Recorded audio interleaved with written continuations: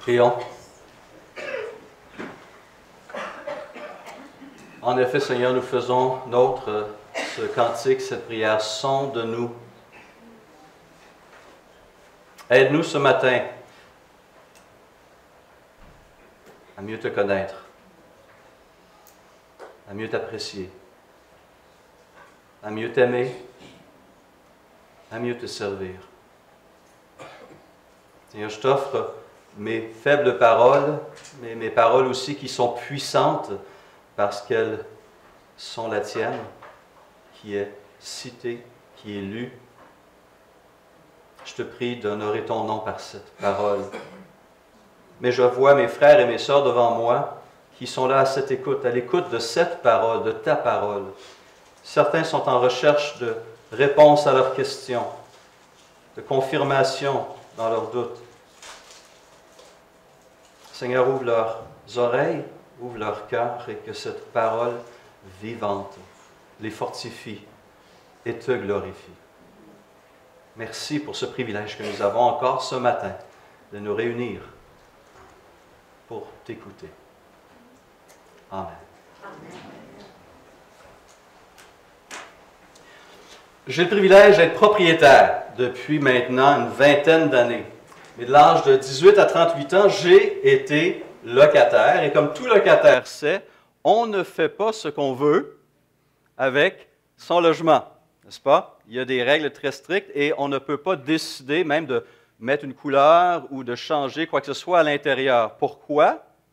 Parce que ce n'est pas nous qui avons les droits sur la propriété. Ce bien appartient à quelqu'un d'autre et ce quelqu'un d'autre a tous les droits de décider ce qu'il veut faire avec.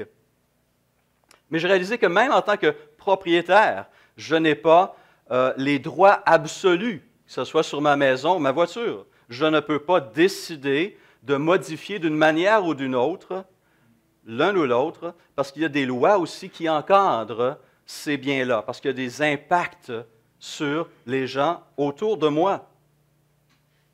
Mais la Bible affirme quelque chose d'encore plus fondamental encore. Personne ne peut affirmer avoir des droits absolus sur quoi que ce soit. Sur quoi que ce soit. Pourquoi?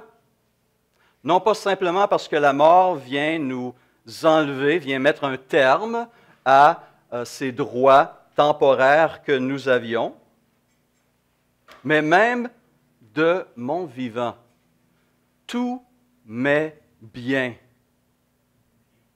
même mon corps, ma vie entière, appartiennent en réalité totalement à Dieu et à nul autre.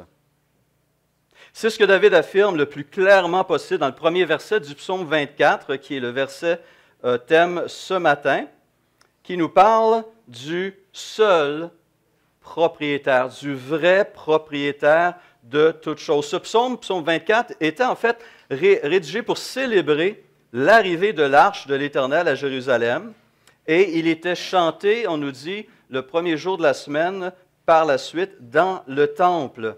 Dieu est célébré en tant que vrai propriétaire de la terre et des cieux et de tout ce qu'ils contiennent, vous et moi inclus. Le verset premier le dit le plus simplement mais le plus clairement possible. C'est à l'Éternel qu'appartient la terre avec tout ce qu'elle contient, le monde avec tous ceux qui l'habitent. Et ce que David mentionne ici n'est rien de nouveau. La loi de Moïse soulignait à plusieurs reprises cette réalité. Deutéronome 10, 14 par exemple. « Voici, c'est à l'Éternel, ton Dieu, qu'appartiennent le ciel et les cieux des cieux, la terre et tout ce qu'elle contient. » D'autres auteurs inspirés vont affirmer la même chose. Asaph, par exemple, le chef des choristes du temple, dans le psaume 50, en parlant des offrandes que le peuple apporte, Dieu leur dit, écoutez, je n'ai pas besoin de cela. Et voici pourquoi. Et c'est Dieu qui parle à travers Asaph. Écoute, mon peuple, et je parlerai, je suis Dieu, ton Dieu. Ce n'est pas pour tes sacrifices que je te fais des reproches. Tes holocaustes sont constamment devant moi. Je ne prendrai pas un taureau dans ta maison, ni des boucs dans tes bergeries, car tous les animaux des forêts sont à moi, toutes les bêtes des montagnes, par milliers. Je connais tous les oiseaux des montagnes et tous les animaux sauvages m'appartiennent. Tout appartient à Dieu.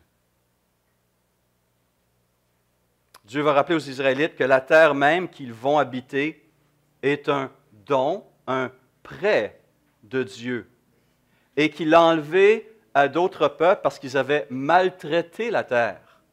Ils l'avaient souillée par leurs péchés. Deutéronome 4, 38, « Il a chassé devant toi des nations supérieures en nombre et en force pour te faire entrer dans leur pays, pour te le donner en possession comme tu le vois aujourd'hui.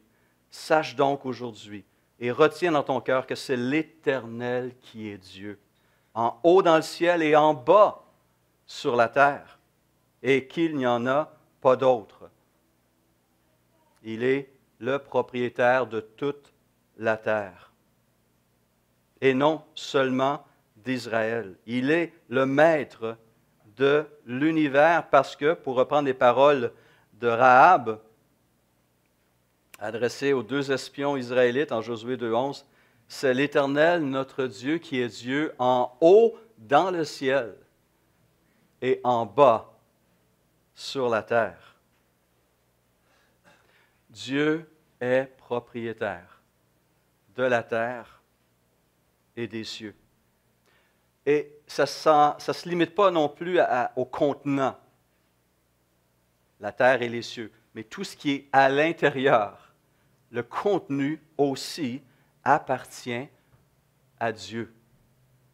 Les démons et les bêtes, les anges et les hommes, tous leurs biens sont sa propriété. Toute la végétation qui pousse lui appartient. Il nous donne le droit d'en manger, il partage généreusement ces choses. Tous les arbres lui appartiennent, même ceux qui se retrouvent au cœur même de la construction de ma maison. Tout cela appartient à Dieu. L'or, l'argent, le pétrole, le ciment, l'oxygène que nous respirons, tous les animaux, chaque vache, chaque chat, chaque chien, chaque poulet, chaque poisson, chaque fourmi appartient à Dieu. Chaque homme, chaque femme, chaque enfant, noir, blanc, jaune ou rouge, lui appartient.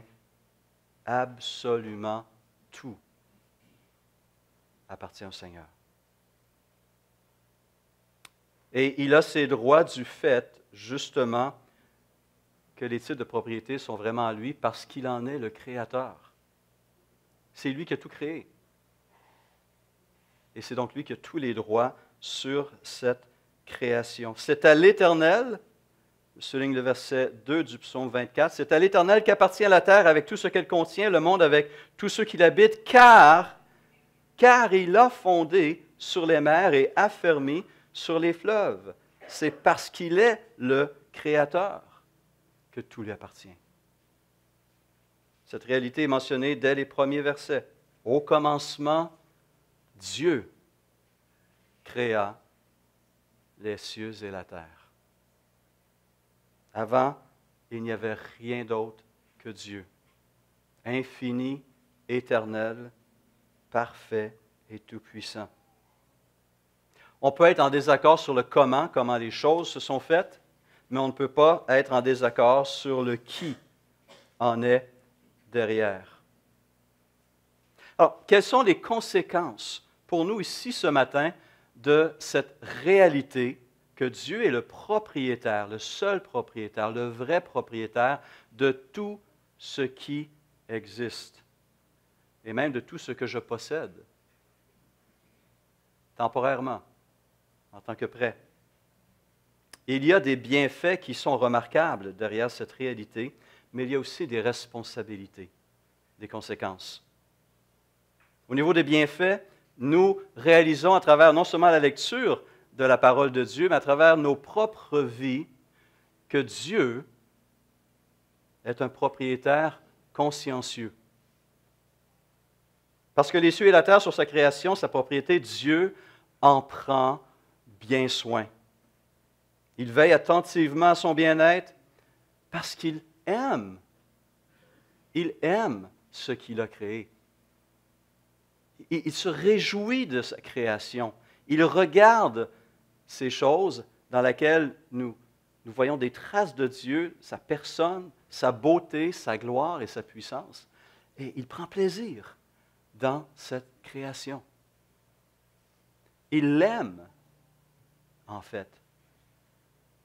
Et il la soutient.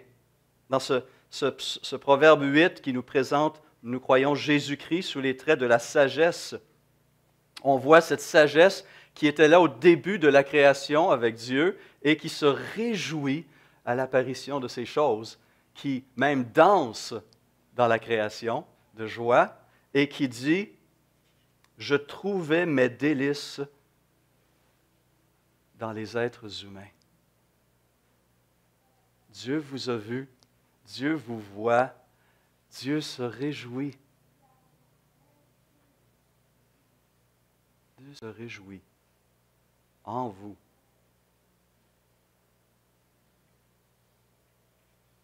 Il est un bon propriétaire, prenant soin de tout ce qui existe.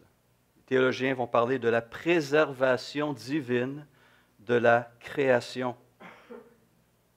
Voici comment l'apôtre Paul présente cette vérité aux philosophes d'Athènes, ces hommes, ces femmes qui aimaient entendre toutes sortes de nouvelles idées. Il leur dit en Actes 17, 24, « Le Dieu qui a fait le monde et tout ce qui s'y trouve, étant le Seigneur, donc le maître et le propriétaire, le Seigneur du ciel et de la terre, n'habite point dans des temples faits de mains d'hommes. Il n'est point servi par des mains humaines comme s'il avait besoin de quoi que ce soit. Lui qui donne à tous la vie, la respiration et toutes choses. Il a fait que tous les hommes sortis d'un seul rang habitent sur toute la surface de la terre, ayant déterminé la durée des temps et les bornes de leur demeure. Il a voulu qu'ils cherchent le Seigneur et qu'ils s'efforcent de le trouver en tâtonnant, bien qu'il ne soit pas loin de chacun de nous, car en lui, nous avons la vie, le mouvement et l'être. Vous avez remarqué ce que Paul dit de Dieu. Il est celui qui donne à tous la vie, la respiration et toutes choses. Toutes choses. Tout ce que j'ai reçu de bon. Tout est don de Dieu.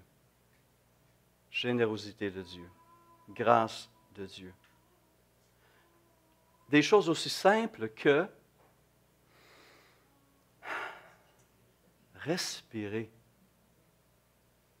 Pensez à votre respiration un instant, un geste qui est, dans la plupart du temps, automatique. Notre système, notre cervelet contrôle naturellement notre respiration. Ensuite, je peux prendre le contrôle si je veux. Mais dans la grande majorité des cas, je n'y pense même pas. Mais que c'est essentiel. Je peux durer des semaines sans manger. Je ne l'ai pas essayé. Je peux vivre des semaines sans manger. Je peux vivre quelques jours sans boire. Mais je ne peux tenir que quelques minutes. Et encore. Sans respirer. J'ai besoin à tous les jours de 39 kg d'oxygène pour prendre soin de mon corps. Avez-vous calculé combien de fois vous allez respirer en une minute, en une journée, en une année, en une vie? De 12 à 18 fois, ce qui représente entre 17 000 et 26 000 respirations par jour.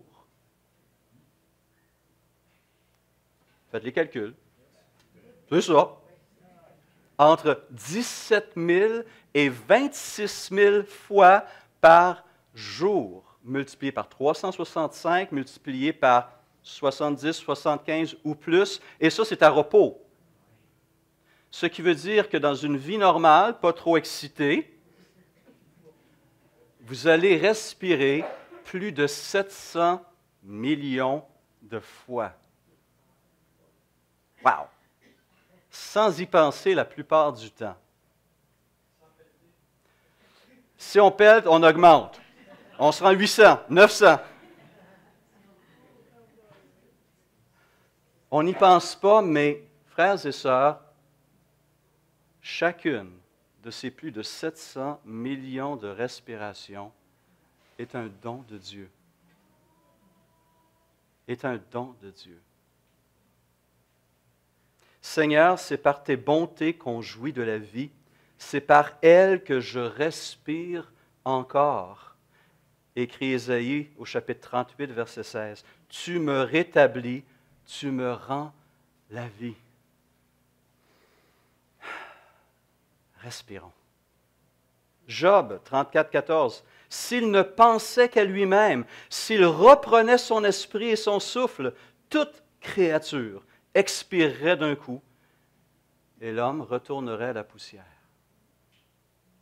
Chacune de vos 700 millions de respirations est un don du Créateur.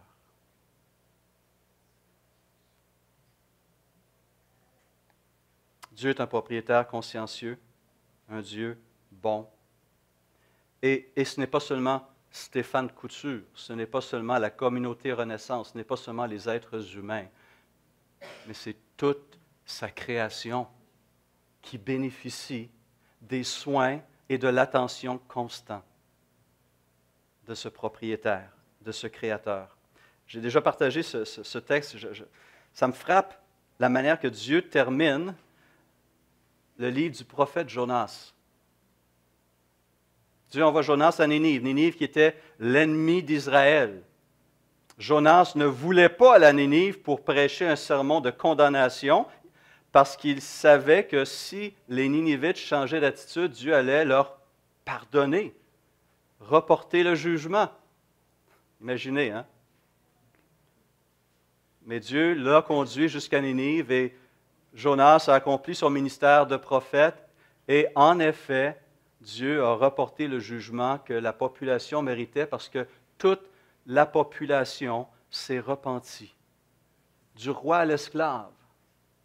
Et alors que Jonas était assis sur une colline en attendant, en espérant le jugement de Dieu, et sachant qu'avec cette repentance, il ne viendrait pas, Dieu a permis qu'une petite plante, toute simple, pousse un jour, grandisse, et par ses feuilles apporte un soulagement à Jonas de la grande chaleur du jour. Et voilà qu'un ver est venu, a grugé la plante en est morte. Et Jonas était en colère. Il était tellement en colère qu'il voulait mourir. Incroyable, hein? Une plante. Il ne prend pas grand-chose. Il était colérique, le monsieur, hein? Oui. Mais voici comment Dieu fait réfléchir Jonas à travers cette simple plante. Il pose la question à Jonas, fais-tu bien de t'irriter à cause de la plante? Il répondit, je fais bien de m'irriter jusqu'à la mort. Ah oui. L'Éternel dit, tu as pitié de la plante qui ne t'a coûté aucune peine, que tu n'as pas fait pousser, qui est née une nuit et qui a disparu l'autre nuit. Et moi, je n'aurais pas pitié de Ninive, la grande ville, dans laquelle se trouvent plus de 120 000 êtres humains, incapables de distinguer leur droite de leur gauche. Et ajoute-t-il, et ça se termine comme ça, et un grand nombre d'animaux. Ça me frappe, ces derniers mots du livre du prophète Jonas. Dieu se préoccupe même du sort des animaux qui auraient aussi subi le jugement si leur propriétaire ne s'était pas repentis. Dieu s'intéresse à toute sa création. Toute sa création bénéficie de l'attention et des soins divins du divin propriétaire. Psaume 104. Il faut relire ce psaume régulièrement.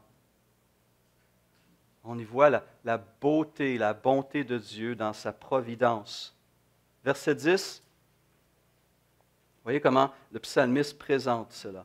Il conduit les sources. Dieu conduit les sources dans les torrents qui coulent entre les montagnes. Elles abreuvent tous les animaux des champs.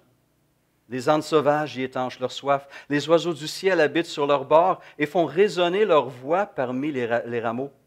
De sa haute demeure, il arrose les montagnes.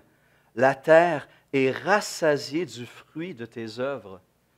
Il fait germer l'herbe pour le bétail et les plantes pour les besoins de l'homme, afin que la terre produise de la nourriture, le vin qui réjouit le cœur de l'homme et fait plus que l'huile resplendir son visage, et le pain qui soutient le cœur de l'homme. Les arbres de l'Éternel se rassasient, les cèdres du Liban qu'il a plantés. C'est là que les oiseaux font leur nid. La cigogne a sa demeure dans le cyprès, les montagnes élevées sont pour les boucs sauvages, les rochers servent de retraite aux damans. Et il continue, et il poursuit au verset 27. Tous ces animaux espèrent en toi. Wow. Tous ces animaux espèrent en toi pour que tu leur donnes la nourriture au moment voulu. Tu la leur donnes et ils la prennent. Tu ouvres ta main et ils sont rassasiés de bien. Tu te caches et ils sont épouvantés. Tu leur retires le souffle et ils expirent, ils retournent à la poussière. Tu envoies ton souffle et ils sont créés. Tu renouvelles ainsi la surface de la terre. Les soins bienveillants de Dieu envers toute sa création. Même les petits oiseaux. Regardez les oiseaux du ciel, ils ne sèment ni ne moissonnent et ils n'amassent rien dans des greniers. Et votre Père céleste les nourrit. Et même la mort d'un simple moineau n'échappe pas à l'attention de Dieu. Ne vend-on pas 2 passereaux pour 1 sou? Cependant, il n'en tombe pas un à terre sans la volonté de votre Père. Et même vos cheveux sont comptés. Même vos cheveux sont comptés. Ne craignez donc point, vous valez beaucoup plus que beaucoup de passereaux. Il est non seulement propriétaire de tout, mais il est un bon propriétaire et il prend soin de tout et de tous. Et parce qu'il est propriétaire de tout, parce que son autorité, sa souveraineté, sa seigneurie se retrouvent sur chaque partie de cet univers. Nous n'avons rien à craindre. Ultimement parlant,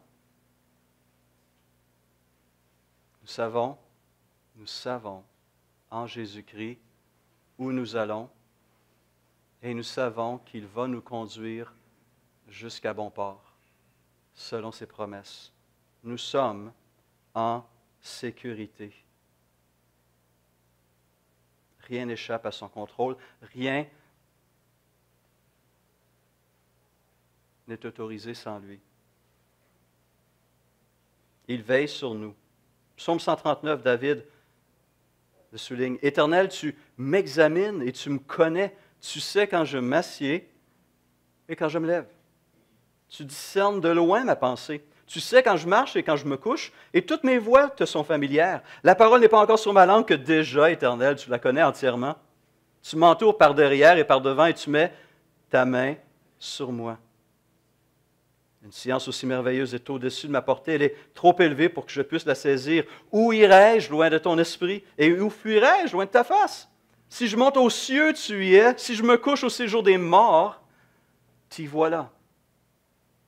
Si je prends les ailes de l'aurore et que j'aille habiter à l'extrémité de la mer, là aussi ta main me conduira et ta droite me saisira. Partout, partout, Dieu est présent. Partout, partout, Dieu protecteur, agit. Le commentateur a dit ceci devant ce texte, il dit « L'enfant de Dieu de tous les temps voit dans le fait qu'il ne saurait sortir du domaine de son Père céleste qu'un motif de confiance, de reconnaissance et de fidélité dans l'emploi de toutes choses. » Personne ne risque de se retrouver en dehors de la zone de contrôle, d'autorité et d'influence de Dieu, en dehors de son règne, de son pouvoir, de sa protection. Comment devons-nous réagir à ces vérités? On pourrait multiplier les exemples. Il y a des conséquences pour nous. Il y a des responsabilités qui en découlent. Et les toutes premières sont des attitudes de reconnaissance, d'humilité et d'adoration. J'ai bien aimé, Mathilde, cet accent ce matin sur l'adoration. Nous existons et nous venons ici d'abord avant tout pour adorer ce Créateur, ce Seigneur glorieux et merveilleux. Il est bon et on veut le dire, on veut le bénir. Donc la reconnaissance est dans ces deux sens. Le fait de reconnaître et d'être reconnaissant doit être la réaction normale d'un homme, d'une femme qui prend conscience de ces réalités. Mais parfois, ça doit s'apprendre. N'est-ce pas? Qui a été parent ici et qui, à un moment donné, en remettant un objet, un bien demandé à un enfant et que l'enfant ne réagit pas en disant merci, on dit toujours « Qu'est-ce qu'on dit? » Hein? Quel parent n'a pas fait ça? Pourquoi? Parce que l'enfant a besoin d'apprendre cette reconnaissance. Et cela va l'aider à rester humble et reconnaître son interdépendance et sa dépendance même envers d'autres. N'est-ce pas? On doit apprendre la reconnaissance. On doit l'apprendre à nos enfants et notre Père céleste doit aussi nous l'apprendre et on doit l'être reconnaissant. Parce que tout vient de Dieu. Dieu va nous sensibiliser à cette nécessité de manifester notre reconnaissance aussi parce que c'est lui qui donne à tous si généreusement. Deutéronome 8, versets 10 à 18.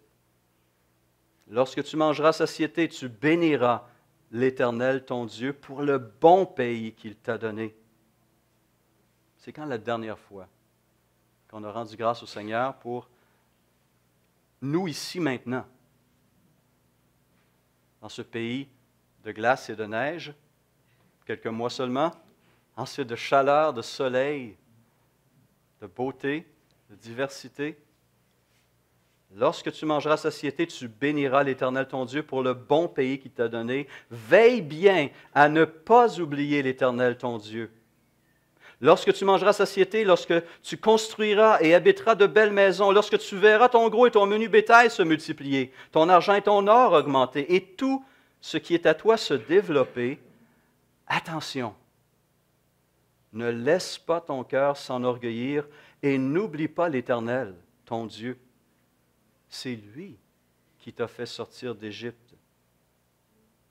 de la maison d'esclavage, et qui t'a fait marcher dans ce grand et affreux désert où il y a des serpents brûlants et des scorpions, dans des endroits arides et sans eau, et qui a fait jaillir pour toi de l'eau du rocher le plus dur, qui t'a fait manger dans le désert la manne inconnue de tes ancêtres, afin de t'humilier et de te mettre à l'épreuve pour te faire ensuite du bien. Période d'épreuve pour nous faire ensuite du bien. Fais bien attention à ne pas dire dans ton cœur, c'est ma force, c'est ma puissance, la puissance de ma main qui m'ont permis d'acquérir ces richesses. Souviens-toi de l'Éternel, ton Dieu, car c'est lui qui te donnera la force pour les acquérir. Et cette reconnaissance est importante parce qu'elle cultive justement l'humilité dans notre cœur. Tout vient de l'Éternel. Jacques 1. Toute grâce excellente, tout don parfait descendent d'en haut du Père des Lumières. Mes capacités intellectuelles, physiques, spirituelles, tout est don et grâce de Dieu. En effet, qui te rend supérieur aux autres, écrit Paul aux Corinthiens. Tout ce que tu as, c'est Dieu qui te l'a donné, n'est-ce pas? Et si tu l'as reçu, pourquoi te vanter comme si tu ne l'avais pas reçu? Toutes nos capacités sont dons de Dieu. Tout ce qu'on peut accomplir, tout ce qu'on peut acquérir est grâce de Dieu, car tout vient de Dieu. 1 Corinthiens 11, 12. Et cette humilité va être utile pour nous garder aussi loin de la jalousie. Pourquoi lui? Pourquoi elle a ça et moi je ne l'ai pas? Pourquoi Dieu a donné tel don à telle personne? J'aimerais ça avoir ce don-là, moi. Pourquoi je ne l'ai pas? Et on se met à envier, à convoiter, et la jalousie peut prendre le dessus. Jésus nous met en garde contre cela dans sa parabole des ouvriers de la dernière heure. À la fin de cette journée, après avoir embauché des ouvriers à différentes heures de la journée, jusqu'à la dernière heure avant la fin des travaux, il fait venir ces ouvriers, commence par ceux qu'il a embauchés en premier en leur donnant ce qu'il avait promis de leur donner, un salaire raisonnable et juste. Mais au fur et à mesure que les autres ouvriers qui ont été embauchés au dernier moment arrivent, il leur remet le même montant. Et il y en a un qui se plaint, il dit « Écoute, moi j'ai travaillé toute la journée, j'ai ça, eux autres ils ont travaillé juste une heure, puis ils ont le même montant que moi, c'est pas juste. » Et le maître répond « Mon ami, je ne t'ai fait aucun tort. N'as-tu pas été d'accord avec moi pour un salaire d'une pièce d'argent, ce qui était le salaire normal? Prends ce qui te revient et va-t'en. Je veux donner à ce dernier arrivé autant qu'à toi. Ne m'est-il pas permis de faire ce que je veux de mes biens, ou vois-tu d'un mauvais œil que je sois bon? » Pourquoi lui et elle et pas moi? Ou pourquoi lui maintenant, puis moi je dois encore attendre? Oh, on connaît ça. Hein? On connaît ça. Le Seigneur a ses raisons. Et ce sont des raisons basées sur la liberté de Dieu, mais aussi la bonté, la générosité et le dessein ultime de Dieu de conduire toutes choses à sa gloire et à son règne. Et nous sommes appelés à jouer notre rôle ici et maintenant avec ce qu'il nous a donné, non pas pour se plaindre de ce qu'on n'a pas reçu, mais de lui retourner et d'offrir à nos frères et à nos sœurs ce que nous avons reçu hier et aujourd'hui. Et si on a besoin de quelque chose, on peut le demander et Dieu peut nous le donner plus tard s'il le croit sage et utile. Reconnaissance, humilité, adoration. Le psaume, le dernier des psaumes, le dernier du psautier, termine avec cet appel à cette louange universelle. Louez l'Éternel, louez Dieu dans son sanctuaire, louez-le dans l'étendue céleste où éclate sa puissance, louez-le pour son extraordinaire façon d'agir, louez-le pour l'immensité de sa grandeur, louez-le au son de la trompette, louez-le avec le luth et la harpe, louez-le avec le tambourin, avec des danses. On va attendre un petit peu après, OK? On va laisser une salle en arrière pour ceux qui voudraient expérimenter cela. Bon. Louez-le. Non, c'est correct. Louez-le avec des cymbales retentissantes, que tout ce qui respire loue le Seigneur. Louez l'Éternel. Il en est profondément digne. Il est bon, saint, juste, généreux. Mon Dieu, dit Paul aux Philippiens, mon Dieu pourvoira à tous vos besoins. Comment? Selon sa richesse, avec gloire en Jésus-Christ. Et Pierre dira la même chose. Dieu nous a donné tout ce qui est nécessaire à la vie et à la piété, à une marche sainte. Et cela nous amène à cette responsabilité que nous avons tous en tant que bénéficiaires de la générosité et de la grâce de Dieu. Nous devons bien utiliser ce qu'il place entre nos mains, en commençant par notre propre vie, notre corps, notre âme, notre esprit. Mon corps appartient à Dieu. J'ai été racheté. Mon corps aussi a été racheté par Dieu. Et l'Esprit Saint habite en moi. Mon corps est un temple pour le Saint-Esprit. Je vais en prendre soin. Et tous les autres biens qu'il me permet d'acquérir. Qu'on nous considère comme des serviteurs de Dieu, écrit Paul aux Corinthiens, et des administrateurs des mystères de Dieu. Du reste, ce qu'on demande des administrateurs, c'est qu'ils soient trouvés fidèles. Celui qui me juge, c'est le Seigneur. C'est pourquoi ne portez aucun jugement avant le moment fixé, avant le retour du Seigneur, car il mettra en lumière, frères et sœurs, ce qui est caché dans les ténèbres, et il dévoilera les intentions du cœur. Chacun recevra alors de Dieu la louange qui lui revient. Pour être certain qu'ils ont bien compris, dans sa deuxième lettre aux Corinthiens, il va reprendre cette vérité. Il dit, il nous faut tous comparaître devant le tribunal de Christ afin que chacun reçoive selon le bien ou le mal qu'il aura fait étant dans son corps, donc de son vivant.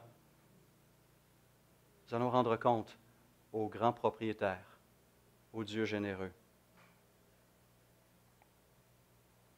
Timothy Keller écrit que l'argent, le talent, la bonne santé, le pouvoir et le plaisir dans le monde, tout appartient à Dieu. Mais le plus grand trésor dont il puisse nous combler, c'est une vie marquée par sa présence. Non seulement Dieu donne généreusement, mais Dieu s'est lui-même donné à nous jusqu'à la mort. Même jusqu'à la mort de la croix. Et la souveraine bonté de ce Dieu se constate à travers la venue, le don et l'œuvre de notre Seigneur Jésus-Christ.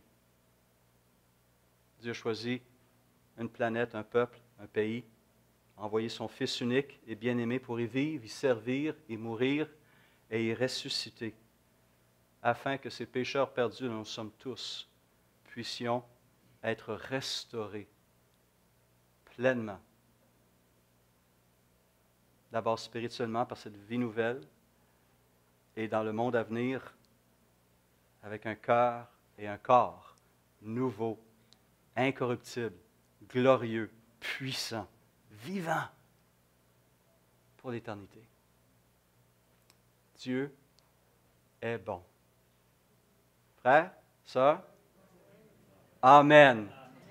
Dieu est bon. Dites parmi les nations, l'Éternel règne. Aussi le monde est ferme, il ne chancelle pas. L'Éternel juge les peuples avec droiture. L'Éternel règne. Que la terre soit dans l'allégresse. Amen. Je vous invite à vous lever, s'il vous plaît. On va prier ensemble.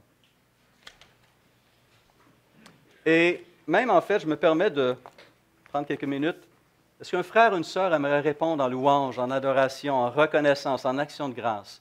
Élever des prières pour ce Dieu, à ce Dieu, généreux et bon, propriétaire, Seigneur, Roi des rois. Exprimez ce que le Seigneur place dans votre cœur. Je vous invite à le faire maintenant.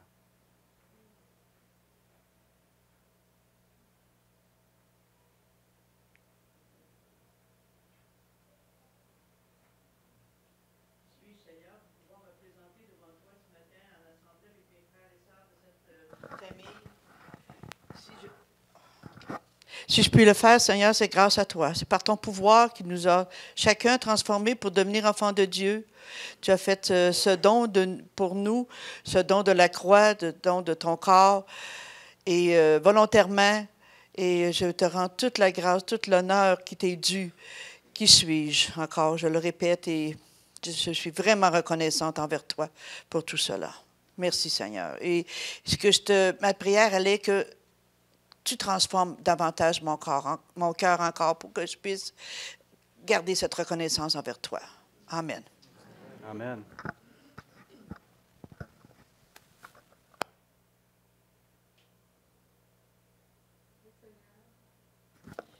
Je te loue que tu es vraiment fidèle. Merci parce que tu nous connais, tu me connais et tu ne me Voyons, c'est quoi là? En tout cas, Seigneur, je te dis merci pour toutes tes attentions envers moi. Tous les frères, les sœurs qui sont à côté de moi, Seigneur, je te dis merci. C'est toi qui as mis ça en place. Et surtout ta fidélité. À toi la gloire.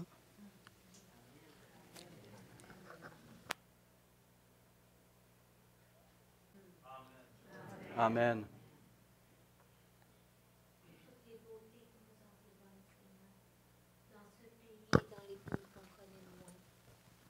Pour les choses blanches comme la neige et pour les choses blanches comme la neige et pour le bleu du ciel et le bleu de la mer et Seigneur toutes les beautés que tu as créées et Seigneur pardon pour le manque de responsabilité envers ton œuvre mais Seigneur merci pour ton pardon et ton amour tellement visible à travers les beautés de la terre.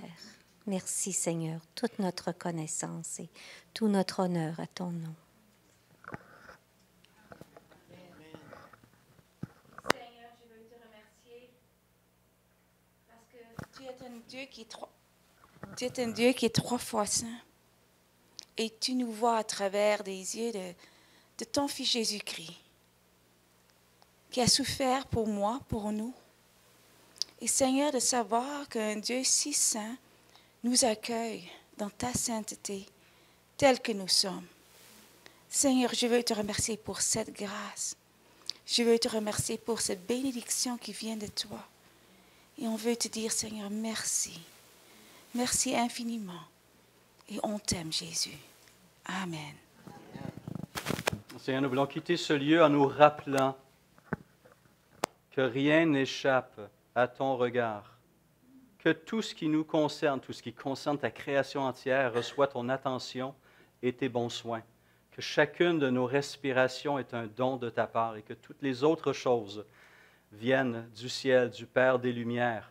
Et même, Seigneur, ces désirs que tu as créés en nous qui ne sont pas encore comblés, mais différés, là aussi, Seigneur, tu vas être glorifié et justifié. Et nous attendons encore le meilleur, ton retour et ton règne de justice et une éternité dans un monde purifié du péché, en ta présence glorieuse et les uns avec les autres. Seigneur, merci. Amen.